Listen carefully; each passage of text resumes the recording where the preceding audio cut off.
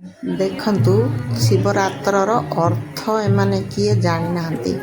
ସେଥିଲାଗି କିଏ ବି ଦୀପ ଜାଳିଛନ୍ତି ଧ୍ୟାନ ଭଗବାନଙ୍କ ପାଖରେ କାହାର ବି ନାହିଁ। ସବୁ ମାଇଣ୍ଡ ହଲଚଲ ହେଉଛି, ସମସ୍ତେ ଏପଟେ ସେପଟେ ଦେଖୁଛନ୍ତି, କଥା ହେଉଛନ୍ତି। ସେଥିଲାଗି ଏ ଭିଡ଼ିଓଟା କଲି ଆପଣମାନଙ୍କୁ କହିବା ଲାଗି। ମୋର ଜ୍ଞାନ ଟିକିଏ ଶୁଣିବେ।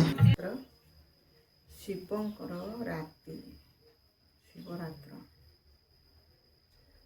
କାହିଁକି ଏ କଥା କହିଛନ୍ତି? ଶିବରାତ୍ରି ମାନେ ଶିବରାତ୍ରିର ଅର୍ଥ କ'ଣ କିଏ ଜାଣିନି। ଶିବଙ୍କର ରାତି, ଶିବରାତ୍ରି ହେଉଛି କଳିଯୁଗ ଘୋର ଅନ୍ଧେରା, ତାକୁ ରାତି କହନ୍ତି। ସେଥିଲାଗି ଶିବ ଆସନ୍ତି ଏ ଅନ୍ଧେରା ଯେତେବେଳେ ହେଇଯାଏ, କଳିଯୁଗ ଯେତେବେଳେ ପାପ ଅଧିକ ବଢ଼ିଯାଏ, ସେତେବେଳେ ଅନ୍ଧେରା ହୁଏ, ସେତେବେଳେ ଭଗବାନ ଆସନ୍ତି। ଶିବଙ୍କର ରାତି ଶିବରାତ୍ରିରେ ଭଗବାନ କହିଛନ୍ତି ଜ୍ୟୋତି ଜଗାଅ, ଜ୍ୟୋତି ଜଗା, ଆତ୍ମା ଜ୍ୟୋତି ଜଗାଅ କହିଛନ୍ତି। ଲୋକ କ'ଣ ବୁଝନ୍ତି? ମାନେ ଘିଅର ଦୀପ ଜଳେଇକରି ବସିବା ବୁଝନ୍ତି। ନାଇଁ, ଆତ୍ମା ଜ୍ୟୋତି ଜାଗିଲେ ହିଁ ତମର ପାପ ବିନାଶ ହେବ। ଦୀପ ଜାଳିଲେ, ଦୀପ ଜାଳିକିରି ବସନ୍ତି, କିନ୍ତୁ ଦୀପ ଜାଳିକିରି କେଉଁ ତାରିଖରେ ବସନ୍ତି ହେଲେ ପାପ ବିନାଶ ହେବ ସେଇଟା ଜାଣିନାହାନ୍ତି କିଏ ବି। କିନ୍ତୁ ଦୀପ ଜାଳିକିରି ବସୁଛନ୍ତି ସାରା ରାତି।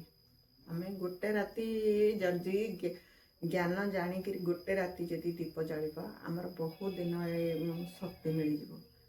ଗୋଟେ ରାତି ସାରା ଯଦି ଦୀପ ଜାଳିକିରି ଆମେ ବସିବା, ବହୁତ ଦିନ ପାଇଁ ଶକ୍ତି ମିଳିବ। କିନ୍ତୁ ସେଇଟା ଜାଣିନାହାନ୍ତି କି ତୁମର ରୂପ ଚେହେରା ବି ଚେଞ୍ଜ ହେଇଯିବ। ତୁମେ ଜାଣିପାରିବ ଯେ ହଁ, ପ୍ରକୃତରେ ମୁଁ ଏଇଟା ଯେଉଁ ଦୀପ ଜାଳିଥିଲି ମୋର ରୂପ ଚେହେରା।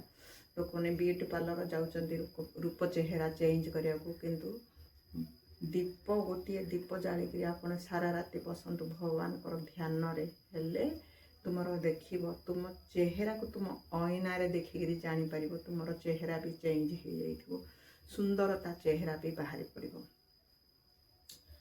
କଥା ହିଁ କହୁଛି, ଆପଣମାନେ ମାନିବେ ନ ମାନିବେ ନିଜ ଉପରେ, କିନ୍ତୁ ଏଇଟା ସତ୍ୟ ହିଁ ସତ୍ୟ। ଆପଣମାନେ କରିକିରି ବି ଦେଖନ୍ତୁ। ଯଦି ଏ କଥା ସତ ହୁଏ ତ ମୋତେ ନିଶ୍ଚୟ କମେଣ୍ଟ କରିବେ। ଆଉ ମୋତେ ଲାଇକ୍ ଦରକାର। ଆପଣମାନେ ସବସ୍କ୍ରାଇବ୍ ଦିଅନ୍ତୁ ନ ଦିଅନ୍ତୁ, କିନ୍ତୁ ମୋତେ ସବସ୍କ୍ରାଇବ୍ ମାଗୁନାହିଁ। ମୋତେ ଲାଇକ୍ ଦିଅନ୍ତୁ, ମୋର ଭିଡ଼ିଓକୁ ସେୟାର କରନ୍ତୁ, ମୋର ଭିଡ଼ିଓ ବହୁତ ଦୂର ପର୍ଯ୍ୟନ୍ତ ପହଞ୍ଚାନ୍ତୁ। ମୁଁ ଏବେ ମୋର ମୁହଁ ଖୋଲୁନି, ନିଶ୍ଚୟ ମୋ ଆଗକୁ, ମୁଁ ଯଦି ଆଗକୁ ଗଲି ମୋର ନିଶ୍ଚୟ ମୁହଁ ଖୋଲିବ। ମୁଁ ଗର୍ବ ଅହଙ୍କାରର କଥା କହିବିନି, କହିବି ଯାହା ଭଗବାନ ଭଗବାନ କୋଉ ରୂପରେ ଅଛନ୍ତି। ଭଗବାନ ସଦାବେଳେ ତାଙ୍କର ଯେଉଁ ଗଦାକୁ ତଳକୁ ରଖିଛନ୍ତି, ହନୁମାନର ଗଦା ଖାନ୍ଦେରେ ରଖିଛନ୍ତି, ବାଳିସୁଗ୍ରୀବର ଗଦାକୁ କାହିଁକି ଖାନ୍ଦାରେ ରଖୁଛନ୍ତି? ସେଇଟା ହେଉଛି ଅହଙ୍କାର ନିଶାନୀ। ଆମେ ଯେବେ ଅହଙ୍କାରର ନିଶାନୀ କରିବା, ସେତେବେଳେ ଆମେ ଅହଙ୍କାର ଭଗବାନ ବି ସହିବେନି। ସେଥିଲାଗି ଯେବେ ହେଲେ ଝୁକିକିରି କଥା କହିବା, ଝୁକିବାଟା ହେଉଛି ବହୁତ ମୂଲ୍ୟବାନ ଜିନିଷ। ଯେବେ ଝୁକିକିରି କଥା କହିବା, ସେତେବେଳେ ଆଗକୁ ବଢ଼ିବା। ଯେତେବେଳେ ଅହଙ୍କାରର କଥା କହିବ, ଅହଙ୍କାର ବିନାଶ ହେବ। ସେଥିଲାଗି ଆପଣମାନଙ୍କୁ ମୋର ଅନୁରୋଧ, ସବୁବେଳେ ମାନେ ଝୁକିକିରି କଥା କହନ୍ତୁ, ସମସ୍ତଙ୍କୁ ମାନ୍ୟତା ଦିଅନ୍ତୁ, ସମସ୍ତଙ୍କୁ ଭଲ ବ୍ୟବହାର ଦେଖାନ୍ତୁ। ନିଜ ଘର ପ୍ରତି ପ୍ରଥମେ ଭଲ ବ୍ୟବହାର ଦେଖାନ୍ତୁ। ବାହାର ଲୋକ ପ୍ରତି ଛାଡ଼, ବାହାର ଦୁନିଆ କିଏ ନିଜର ନୁହେଁ। ଆପଣମାନେ ଗୋଟେ ଭିଡ଼ିଓ ଦେଖୁଥିବେ, ମାନେ ଯେତେବେଳେ ସେଇ ଲୋକ ଦାନ ଦେଉଥିବ, ଯେତେବେଳେ ତାର ରୂପକୁ ଚେଞ୍ଜ କରିକି ଦେଉଥିବ, କେତେବେଳେ ସେ ରୂପକୁ କିଏ ବି ପସନ୍ଦ କରୁନାହାନ୍ତି, ଘୃଣା କରନ୍ତି। ସେଇ ଲୋକ ହିଁ ଇମାଦାରୀ ଥିବ, କିନ୍ତୁ ତାର ରୂପ ଚେଞ୍ଜ କରିକିରି ଯେତେବେଳେ ବାହାରେ ଦାନ ଦେବାକୁ ଚାହୁଁଥିବ, ସେ ଦାନ କିଏ ନେବାକୁ ଖୋଜେନି। କାହିଁକି? ସମସ୍ତେ ଖରାପ ବୋଲି ଘୃଣା କରନ୍ତି, କିନ୍ତୁ ତାର ମନକୁ କିଏ ଚିହ୍ନି ନାହାନ୍ତି।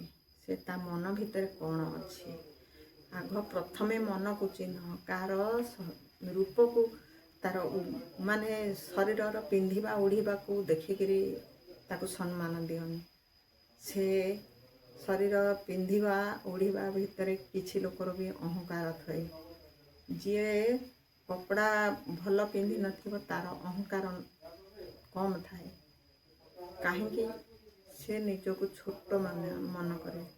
ସେ ଯଦି କିଛି ଭଲ କଥା କହିଲେ ବି ଲୋକକୁ ଖରାପ ଲାଗେ, ସେଥିଲାଗି ତାକୁ କିଏ ପସନ୍ଦ କରନ୍ତିନି। ମୁଁ ଧୀରେ ଧୀରେ କହୁଛି, ମୋର ଦୋକାନ ଆଗପଟେ ଅଛି, ମୋତେ ସେ ଆବାଜ ସିଆଡ଼େ ଗଲା ପୁଅକୁ ପସନ୍ଦ ଲାଗିବନି, କ୍ଷମା କରିବେ।